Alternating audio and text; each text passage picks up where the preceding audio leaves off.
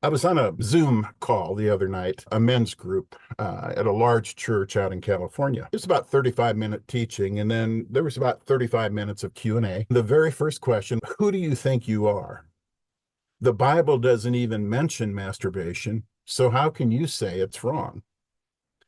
Clearly, God is okay with it, or he would have said something about it in the Bible. The Bible doesn't have to say something is specifically wrong in order for it to be wrong. The Apostle Paul in Romans 14 admits that. The first thing is that's kind of a strange argument. But there's a couple of other points I would like to make. That argument is actually intellectually dishonest from the get-go.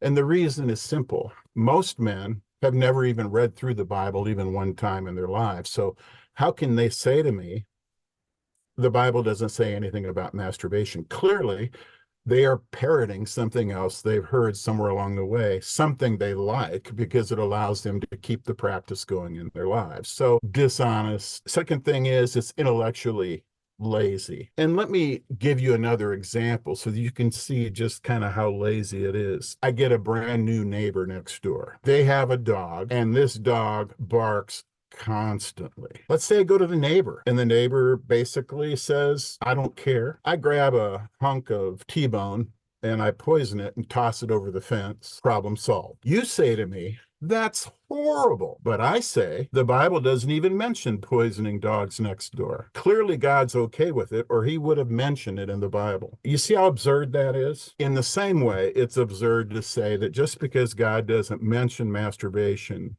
that he must approve of it. I mean, that's just not true. The Bible does indeed talk about masturbation, though. It doesn't use the word masturbation. It doesn't directly say it.